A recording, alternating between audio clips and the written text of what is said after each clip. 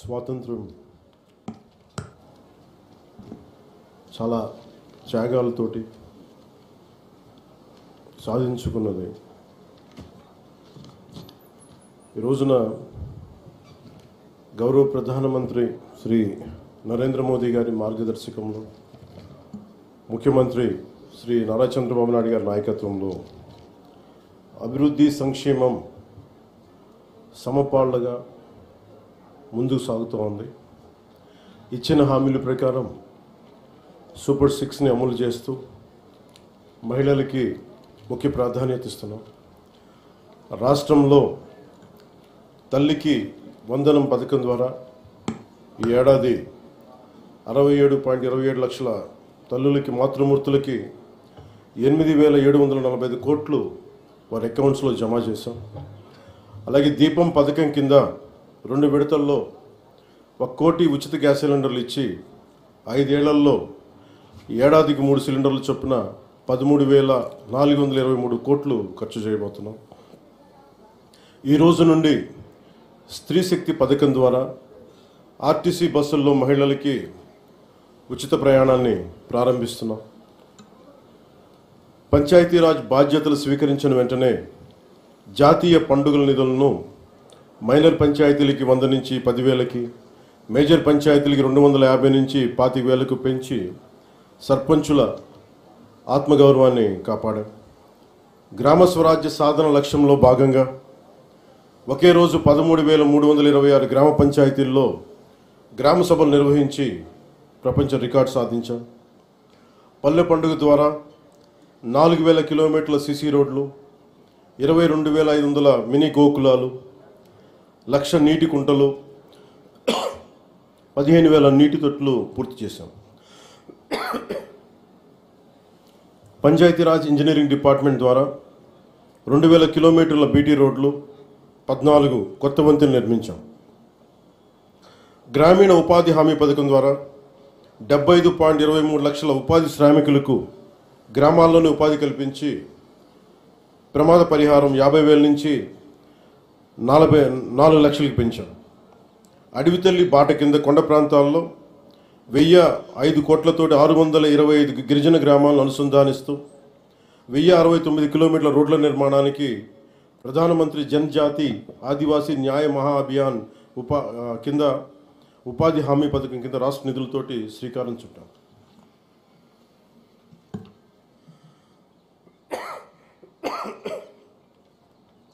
Jal Jeevan machine కింద 5 జిల్లాల్లో 5 కొత్త ప్రాజెక్టులని 7,910 కోట్లతో ప్రారంభించి 1,20,00,000 మందికి 30 ఏళ్ల పాటు తాగునీటి భద్రతని కల్పించబోతున్నాం.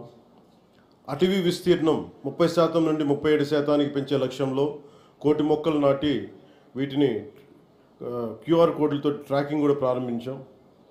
ఏనుగుల బెడద నివారణకు కర్ణాటక నుంచి కుంకి ఏనుగులని తీసుకొచ్చి విజయవంతంగా ఆపరేషన్లు జరిపాం. ఎకో టూరిజం అభివృద్ధికి అరకులో వుడెన్ బ్రిడ్జ్ నగరవన యోజన కింద 1,122 కోట్లతోటి 61 ప్రాజెక్టులు చేపట్టాం. సైన్స్ అండ్ టెక్నాలజీలో విద్యార్థులకి ఫ్రూగల్ ఇన్నోవేషన్ కింద ప్రోత్సాహకాలు అందించే ప్రణాళికని సిద్ధం చేస్తున్నాం.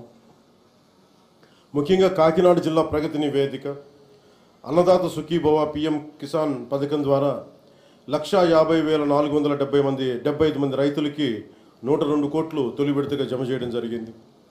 స్త్రీ శక్తి పథకం కింద మహిళలకు 187 ప్రత్యేక బస్సుల్లో ఉచిత ఆర్టీసీ ప్రయాణ పథకం ప్రారంభించడం జరుగుతోంది.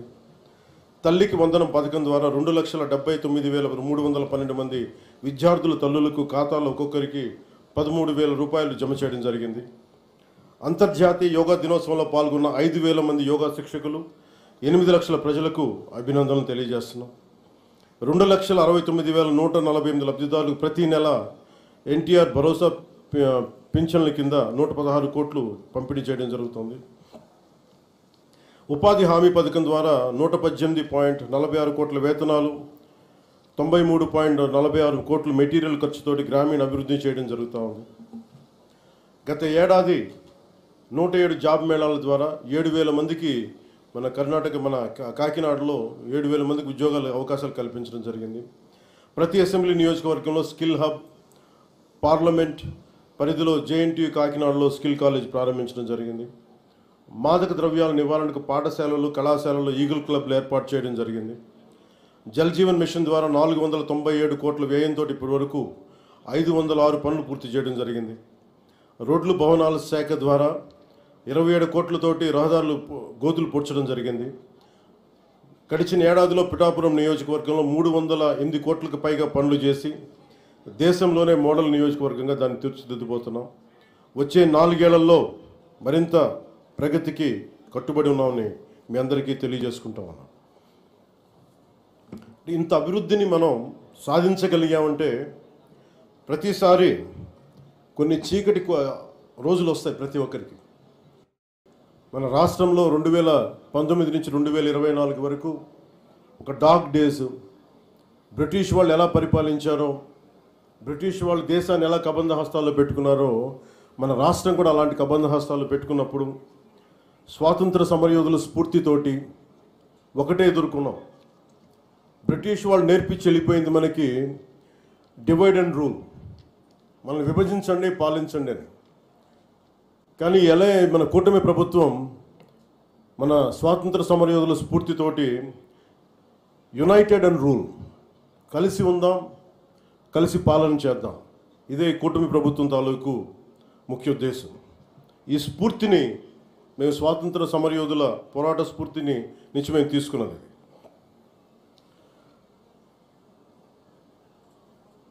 ప్రతి ఒక్కరికి, స్కూల్ పిల్లలకు కానీ పెద్దవాళ్ళకి కానీ ఆగస్టు 15న ఒక ఆనవాయితీగా కాకుండా దీన్ని మనం గుండె లోతు నుంచి చేసుకోవాల్సిన అవసరం చాలా ఉంది. దీనికి వెనకాల ఎంత కష్టపడ్డారు నేను ట్వీట్ కూడా చేశాను. ఇదే రోజు నిన్న ఆగస్టు 14న లాహోర్ డిక్లరేషన్ సమయంలో దేశ విభజన జరుగుతున్నప్పుడు, కరెక్ట్గా ఒక 9 నెలల ముందు, సంవత్సరం ముందు దేశ విభజన జరుగుతున్నప్పుడు లాహోర్ కూడా పాకిస్తాన్లోకి వెళ్ళిపోద్ది అని తెలియదు ఎవరికి. సడన్గా డిక్లేర్ చేయగానే దానివల్ల అక్కడ ఉన్న ప్రజలు, భారతదేశ ప్రజలందరూ వెళ్ళిపోవాలి ఇక్కడి నుంచి అని చెప్పి మత ప్రాతిపాదికన పంపించేస్తే అది ఎంత దారుణాలు జరిగినాయి అంటే ఆగస్టు 14 వరకు అక్కడ రాత్రికి రాత్రి కొన్ని దశాబ్దాలుగా, కొన్ని శతాబ్దాలుగా వాళ్ళ దేశం, వాళ్ళ ప్రాంతం అనుకున్నది పరాయి దేశం అయిపోయి అక్కడి నుంచి పారిపోయి ప్రాణాలను అరచేతులు పెట్టుకొని రావాల్సి వచ్చిన పరిస్థితులు.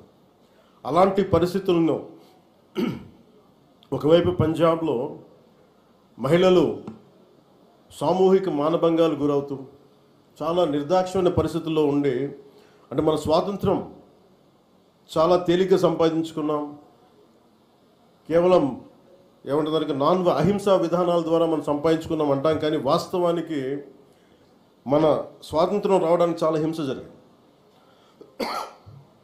మనం ఎంచుకున్నది ప్రప్రథమంగా అహింస విధానాలు కావచ్చేమో కానీ దేశాన్ని నుంచి విడిపోవాలనుకునే వాళ్ళు మటుకు హింసనే నమ్మారు.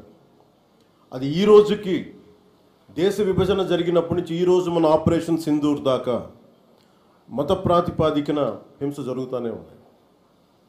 ఎక్కడ కూడా భారతదేశం తన లౌకిక విధానాన్ని ఎప్పుడు మర్చిపోలేదు. దేశ విభజన జరిగిన తర్వాత మనకి మతాన్ని సంబంధం లేకుండా భారతదేశ సార్వభౌమత్వాన్ని గౌరవించి లౌకికవాదాన్ని ముందుకు తీసుకెళ్లే ఉద్దేశంతో మనం మతాలకి సంబంధం లేకుండా ఒక అబ్దుల్ కలాం గారిని కానీ ఎవరినైనా సరే మనం ప్రెసిడెంట్స్గా తీసుకున్నాం, గుండెల్లోకి తీసుకున్నాం.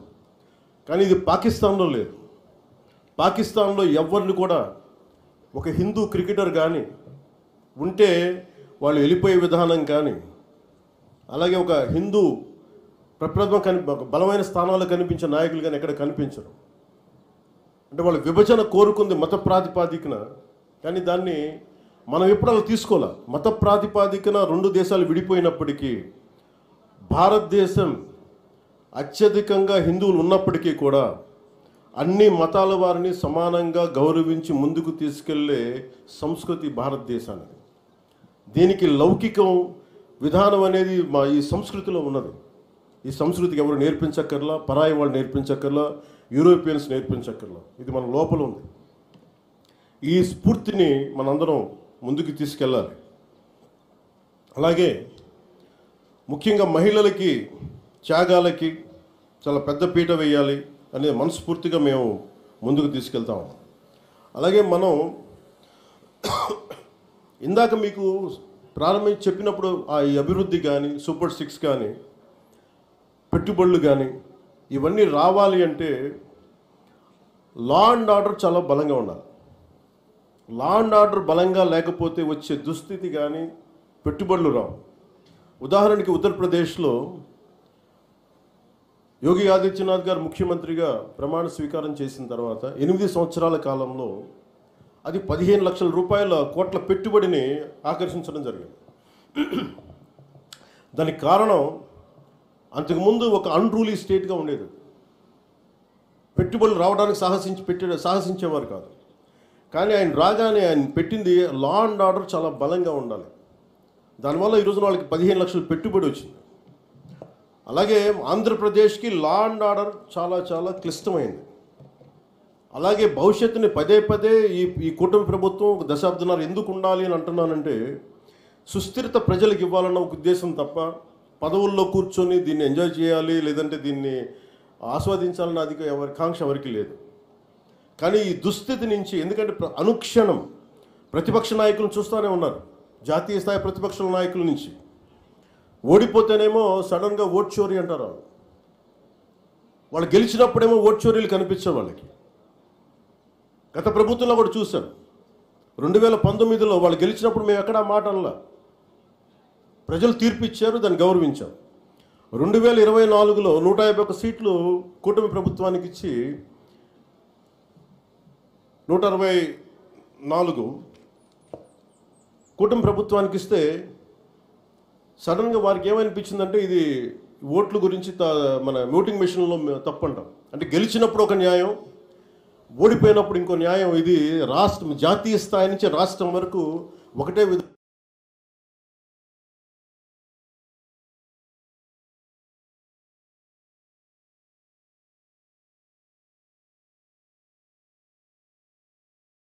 దేశాలన్నిటికీ కూడా అంతర్గతంగా అస్థిరత సృష్టించడం వాడి విధానం. మనం దాంట్లో అంతర్జాతీయ కుట్రలో భాగంగా చూడాలి ఇదంతా. ఎప్పుడైతే భారతదేశం అంతర్గతంగా బలహీనపడుద్దో, ఒక కోటని దెబ్బ కొట్టాలంటే బయటోడు కొట్టడం కంటే కూడా లోపల ఉన్నోడు తలుపు తీస్తే వచ్చే నష్టం ఎక్కువ. అందుకని ఎప్పుడు కూడా విదేశీ శక్తులు అంతర్గతంగా ఎవరున్నారు భారతదేశంలో, వాళ్ళకి ఎలాంటి ఇన్ఫర్మేషన్ ఇస్తే బాగుంటుంది, వాళ్ళ ఎజెండాని వీళ్ళందరూ మోస్తున్నారు. దీన్ని ప్రజలందరూ కూడా చాలా సునిశ్చితంగా గమనించాలి. ఇది ఏమైపోతుంటే ఒక్కసారి వాళ్ళని లోపలికి రానిచ్చామా, మీరు 2019, 2024 చూశారు. రోడ్డు మీదకి రావాలంటే భయాలు వచ్చినాయి ఒక్కొక్కళ్ళకి. ఈ రోజున కూటమి ప్రభుత్వాన్ని తిట్టడానికి ఎవరు ఇబ్బంది పట్టట్లా. దేనికంటే ఇది ప్రజాస్వామ్యం, దీన్ని గౌరవించడానికి ప్రతి ఒక్కరికి మాట చెప్పేది. మీరు ఒక బాధ్యతగా మాట్లాడాలి, సద్విమర్శను సంపూర్ణంగా స్వీకరించే పరిస్థితులు ఉన్నాయి. కానీ గత ప్రభుత్వంలో చూస్తే విమర్శ చేయడానికి భయపడేవాళ్ళు. పోలీస్ అధికారులు డ్యూటీ చేయడానికి భయపడేవాళ్ళు. అధికారులు సివిల్ డిపార్ట్మెంట్స్ ప్రతి ఒక్కరు కూడా భయపడేవాళ్ళు. అడ్డగోలుగా దోచేసుకున్నారు. ఇవన్నీ కూడా విదేశీ శక్తులకి ఇది ఆలవాలం అయిపోద్ది. వారికి కనుసైగలు వీళ్ళందరూ మెలుగుతున్నారు. వీళ్ళందరూ అలా చూడాలి దీన్ని. అందుకని ప్రజల్ని నేను కోరుకునేది ఈ 79వ స్వాతంత్ర దినోత్సవ శుభ సందర్భంగా మీరు అంతర్గత శత్రువుల్ని ఒక కంట ఎప్పుడు మీరు కనిపెట్టి ఉండాలి. నేను కాకినాడ పోర్టు విషయంలో కూడా నేను అంత గొంతెత్తడానికి కారణం చాలా ఎందుకులే మనం వదిలేస్తా ఉన్నాం. ఆంధ్రప్రదేశ్కి 974 నుంచి 974 కిలోమీటర్ల తీర ప్రాంతం ఉంది. ఇది మన పెట్టుబడులకి చాలా మంచిది. కానీ అది ఒక్కోసారి మన సరిగ్గా లేకపోతే అది బలహీనత కూడా అయిపోతుంది. ముంబై దాడుల్లో కూడా అసలు ఏమాత్రం పర్యవేక్షణ లేని పోర్టుల నుంచి వచ్చేసారు. లేదంటే పర్యవేక్షణ ఉన్నా కానీ అమ్ముడైపోయిన వ్యక్తుల ద్వారా ఉగ్రవాదులు వచ్చేసారు. బాంబే దాడులు కానీ ఆర్డీఎక్స్లు వచ్చేసినాయి. ముఖ్యంగా ఆంధ్రప్రదేశ్ తీర ప్రాంతంలో పోలీస్ శాఖ చాలా బలమైన దృష్టి పెడుతుంది. ఎందుకంటే నాకు ఇది కాకినాడ చాలా వల్నరబుల్గా అనిపిస్తుంది ఒకసారి రిపోర్ట్ చూస్తూ ఉంటే. కలెక్టర్ గారికి తెలుసు, ఎస్పీ గారికి తెలుసు, రాష్ట్ర డీజీపీ గారికి తెలుసు. ఇక్కడ విపరీతంగా డీజిల్ అక్రమ రవాణాలు జరుగుతూ ఉంటాయి. దీన్ని చాలా బలంగా ఎదుర్కోవాల్సిన అవసరం ఉంది.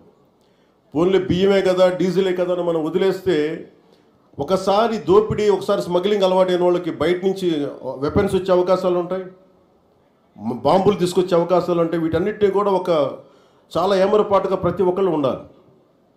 సో అందుకని దీన్ని భారతదేశం, మా కమిట్మెంట్, కూటమి ప్రభుత్వం, నారా చంద్రబాబు నాయుడు గారి నాయకత్వంలోని కూటమి ప్రభుత్వం చాలా స్పష్టంగా లా అండ్ ఆర్డర్ మీద, దేశం తాలూకు సుస్థిరత మీద మాకు చాలా సమగ్రమైన అవగాహన ఉంది. ఎక్కడ కూడా కరప్షన్ ఉన్న చోట ఆటోమేటిక్గా దేశం బలహీనపడుద్ది. అలాంటి పరిస్థితుల్లో లేకుండా ఉండాలని మేము సాయశక్తిలో ప్రయత్నం చేస్తాం. వాటన్నిటికంటే కూడా ప్రజలు నేను కోరుకునేది, మీరు ఎరుకుతూ ఉన్నంతకాలం అంటే డెమోక్రసీ ఈజ్ ఎటర్నల్ విజిలెన్స్ అంటే మీరు నిరంతర పహారా కాస్తే తప్ప ప్రజాస్వామ్యం బలపడదు. అందుకని మీరందరూ నిరంతరమైన విజిలెన్స్తో ఉండాలి, నిరంతరం ఇప్పుడు ఒక పహారా మనస్తత్వంతో ఉండాలి అనేది నేను మీ అందరికీ కోరుకుంటా ఉన్నాను. అంటే ఇవన్నీ మనం ఎక్కడో కాశ్మీర్లో జరిగిన ఇష్యూస్ మనకేంటి అనుకుంటే, ఆపరేషన్ సింధూర్ మన వైజాగ్లోను, మన కావల్లో, నెల్లూరు జిల్లా కావల్లోనూ ఉగ్రవాదులు చాలా దారుణంగా కాల్చి చంపేశారు. దానికి బిఫిటింగ్ రిప్లై ఇచ్చాం, చాలా బలమైన రిప్లై ఇచ్చాం.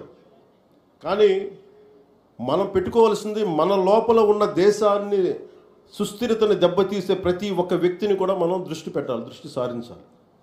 ఇది ప్రతిసారి ప్రభుత్వం, పోలీస్ అధికారులు అనే కంటే కూడా ప్రతి ఒక్క పౌరుడి బాధ్యత ఇది.